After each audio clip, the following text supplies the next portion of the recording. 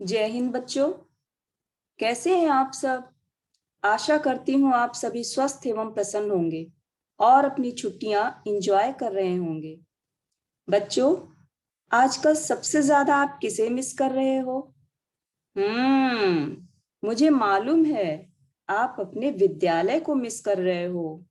अच्छा बताओ तो, विद्यालय में क्या क्या मिस कर रहे हो? अपने अन्य छात्र दोस्तों को, शिक्षकों को, शिक्षिकाओं को, विद्यालय की लैब्स को, लाइब्रेरी को, खेल के मैदान को, और हाँ, विद्यालय के बगीचे को भी बहुत मिस कर रहे होगे। तो चलिए आज हम आपको विद्यालय की सैर कराते हैं। पूरे पाठ को ध्यान से पूरा सुनिएगा और देखिएगा। बच्चों, इस पाठ में संस्कृत के बहुत सारे सर्वनाम शब्दों का प्रयोग भी आप लोग सीखेंगे। तो चलिए शुरू करते हैं। चतुर्थः पाठः विद्यालयः। एषः विद्यालयः, यह विद्यालय है। अत्र छात्राः, शिक्षकाः, शिक्षिकाः च सन्ति।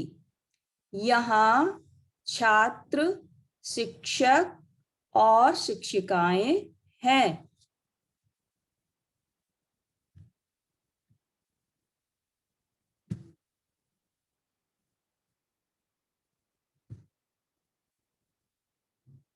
अब दूसरा चित्र देखिए। एषा संगणक यंत्र प्रयोगशाला अस्ति। तो यह कंप्यूटर की प्रयोगशाला है, एक कंप्यूटर लैब है, जैसे आपके विद्यालय में भी है। एतानि संगणक यंत्राणि सन्ति। ये सब संगणक यंत्र हैं, अर्थात कंप्यूटर हैं।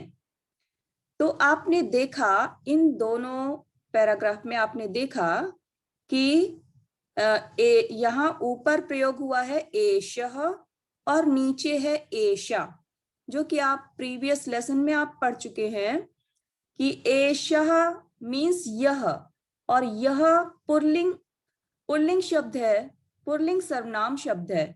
तो हम विद्यालय जो है पुल्लिंग पुल्लिंग शब्द है, संज्ञा शब्द, तो इसलिए इसके साथ एषः का प्रयोग हुआ है। एषः विद्यालयः, यह विद्यालय है। एषा संगणक यंत्र प्रयोगशाला अस्ति, यह कंप्यूटर की प्रयोगशाला है।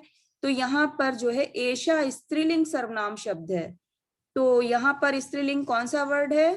प्रयोगशाला। प्रयोगशाला मीन्स कंप्यूटर लैब, प्रयोगशाला मीन्स लैब, और संगणक यंत्र प्रयोगशाला मीन्स कंप्यूटर लैब। तो प्रयोगशाला मीन्स लैब, लैब स्त्रीलिंग है, इसलिए यह के लिए एषा शब्द का प्रयोग हुआ है।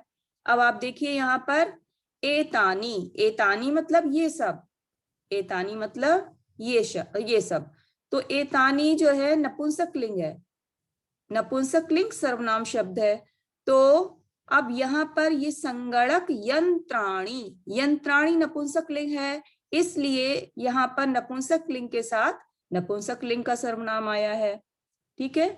और दूसरी चीज, यहाँ पर एक क्रिया है अस्ति। अस्ति मतलब है, ये सब आप पढ़ चुके हैं, मैं आपको रिमाइंड करा रही हूँ बस। तो अस्ति मतलब है, तो इज हो गया यहाँ पर। इज का मतलब है अस्ति, अस्ति का मतलब है इज। अच्छा, ये एक वचन है। अब ये है संति। तो संगणक यंत्राणी बहुवचन में है, तो क्रिया भी बहुवचन में आई, संति। संति मतलब हैं। क्लियर? तो ऊपर हो गया इस और नीचे हो गया आर।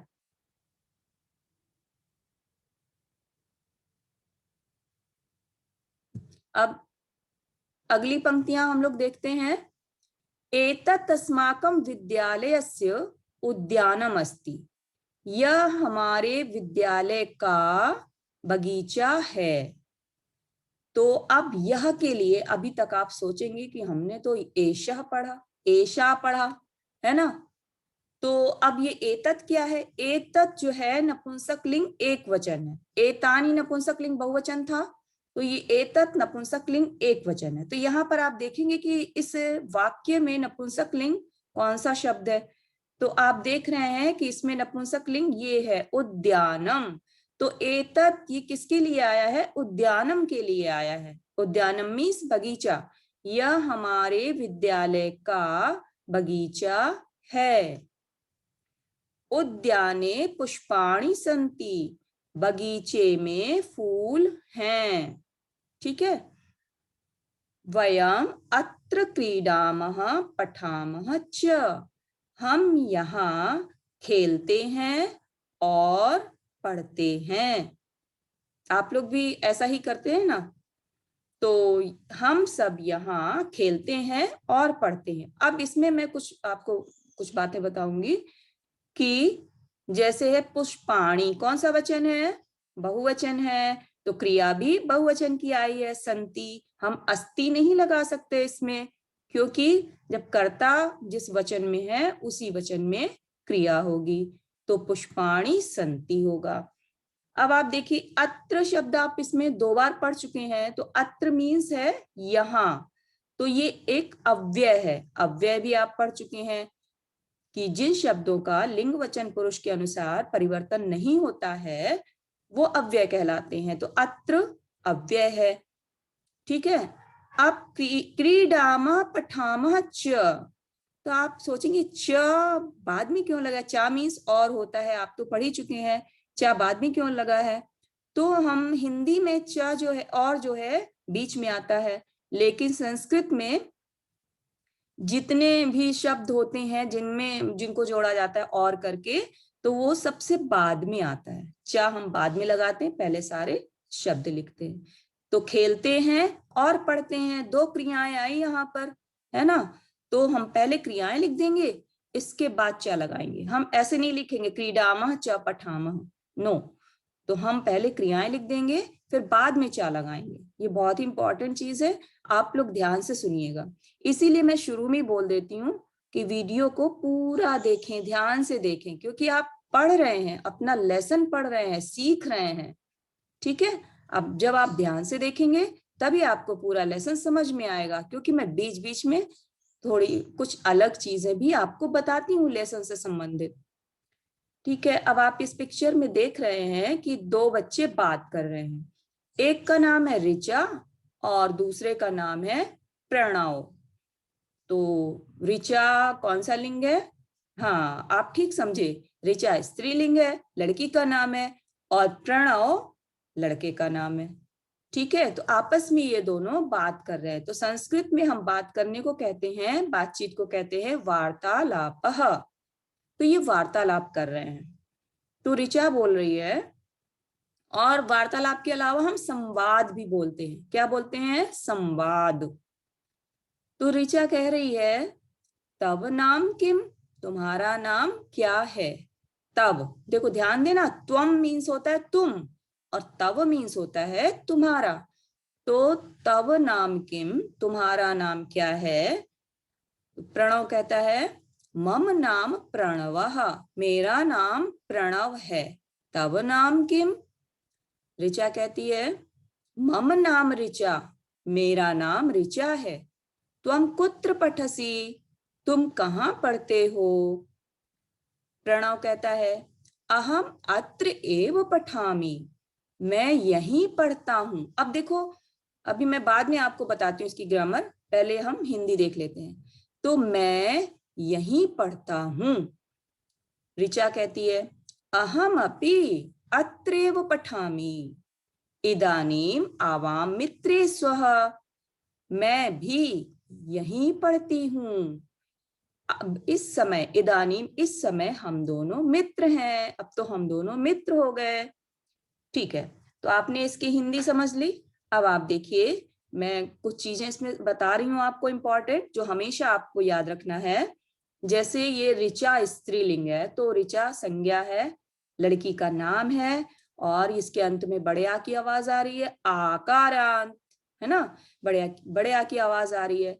ठीक है। तो इसका नाम जैसे भी है, जैसे हिंदी में लिखते हैं वैसे ही लिखेंगे, इसमें कोई विसर्ग नहीं लगेगा। ठीक है। स्त्रीलिंग आकारांत में विसर्ग नहीं लगता। जैसे हम सीता, गीता, रीता, ऋचा, शिखा कुछ भी बोले, ठीक है, तो हम ऋचा को ऋचा ही बोलेंगे संस्कृत में भी। अब है प्रणव, हिंदी में इसका नाम है प्रणव, लेकिन संस्कृत में हो गया प्रणवः। तो प्रणव अकारांत, छोटे आ की आवाज आ रही है, तो अकारांत पुल्लिंग है ये। तो अकारांत पुल्लिंग में जो है हम विसर्ग लगाएंगे एक वचन में, जैसे प्रणवः, मोहनः, श्यामः, रामः, लाइक दिस। जिसके अंत में, जिस नाम के अंत में छोटे आ की आवाज आएगी, उसमें हम संस्कृत में विसर्ग लगाकर ही बोलेंगे, ठीक है। तो एक चीज आपने समझ ली, आपको ये बहुत इंपॉर्टेंट चीज थी, आप लोग अपने नाम को सही ढंग से बोलना सीखिए।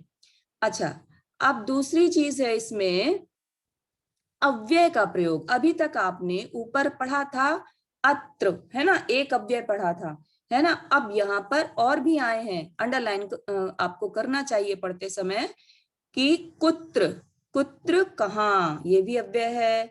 अत्र यहाँ, एव ही, एव मीन्स ही, ये भी अव्यय है। अब हमने जोर देने के लिए इसमें लगा दिया अत्र एव, अत्र मीन्स यहाँ, एव मतलब ही, यहाँ ही, तो यही हम लोग बोल देते हैं, ठीक है। तो ये भी अव्यय है, तो आपने ये अव्यय पढ़ा कुत्र अत्र एव। अब इसके बाद एक नया अव्यय और है अपि, अपि मतलब भी, अपि मतलब भी, तो मैं भी, ठीक है। और एक और है इदानीम, इस समय, इदानीम मतलब इस समय। तो आपने देखा कितने अव्यय आपने पढ़े, 1 2 3 4, है ना, ठीक है। तो आप ये साथ साथ अव्यय भी सीखते जाइए, ठीक है। और आपने पुरुष भी पढ़े थे ना, प्रथम पुरुष, मध्यम पुरुष, उत्तम पुरुष। तो आप इसमें देखिए कि आपका प्रथम पुरुष का वर्ड कौन सा है। तो ये सारा, ये जो है प्रथम पुरुष है, ऋचा, प्रणव, है ना, ये प्रथम पुरुष है। और फिर यहाँ पर है त्वम, मध्यम पुरुष है, अहम, उत्तम पुरुष है। तो जो भी आप पढ़ते हैं पहले, उसको साथ साथ आप जोड़ते चलिए। केवल आपको हिंदी ही नहीं सीखनी है, आपको इसके अंदर की ग्रामर भी सीखनी है, और आपको प्रीवियस नॉलेज को इंक्लूड करना है, ठीक है। ओके, तो अब हम आगे चलते हैं। शिक्षिका और छात्राह, इनके बीच वार्तालाप हो रहा है।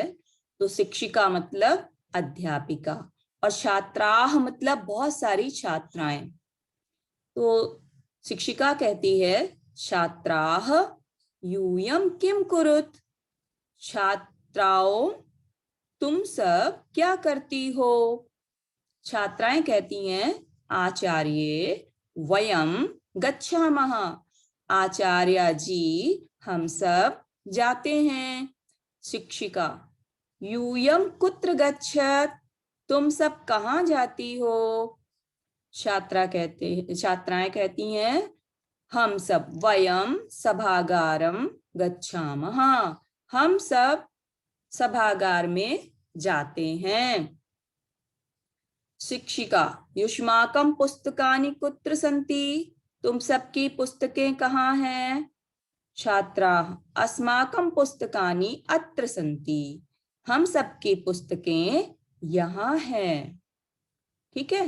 अब आप लोगों ने पढ़ा, तो अब आप देख ही रहे हैं, ये चीज तो मैं ऊपर आपको काफी डिटेल बता चुकी हूँ। अब आप इसमें कुछ नई चीजें देखिए कि यूयम जो है मध्यम पुरुष है ना, मध्यम पुरुष बहुवचन है।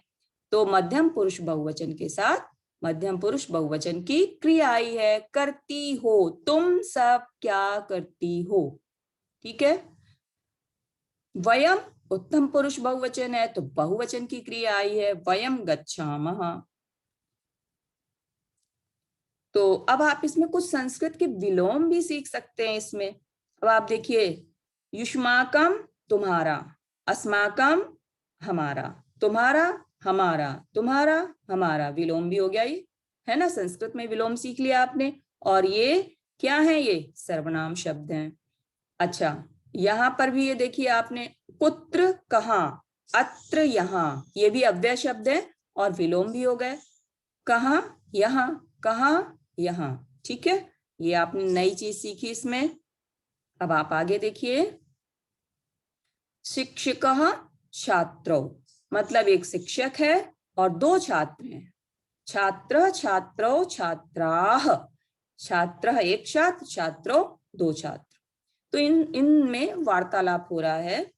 शिक्षक कहते हैं छात्रौ युवाम किम कुरुथः, हे छात्रों तुम दोनों क्या कर रहे हो।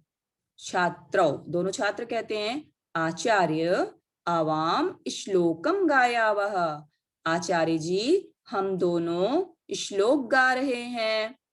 शिक्षक शोभनम किम युवाम श्लोकम न लिखतः, बहुत अच्छा, शोभनम मीन्स बहुत अच्छा, क्या तुम दोनों श्लोक नहीं लिखते हो। छात्र कहते हैं आवाम लिखावः पठावः गायावः चित्राणि अपि रचयावः। तो छात्र कहते हैं हम दोनों लिखते हैं, पढ़ते हैं, गाते हैं और चित्र भी बनाते हैं। शिक्षिका बहु शोभनम, बहुत अच्छा, वेरी गुड। तो अब आप इसमें देखिए, इसमें कुछ खास बात क्या दिख रही है कि ये संबोधन का चिन्ह, ये जो चिन्ह लगा है ये आपको मालूम है इंग्लिश में कहते हैं एक्सक्लेमेटरी साइन और हिंदी में कहते हैं संबोधन, संस्कृत में भी कहते हैं संबोधनम।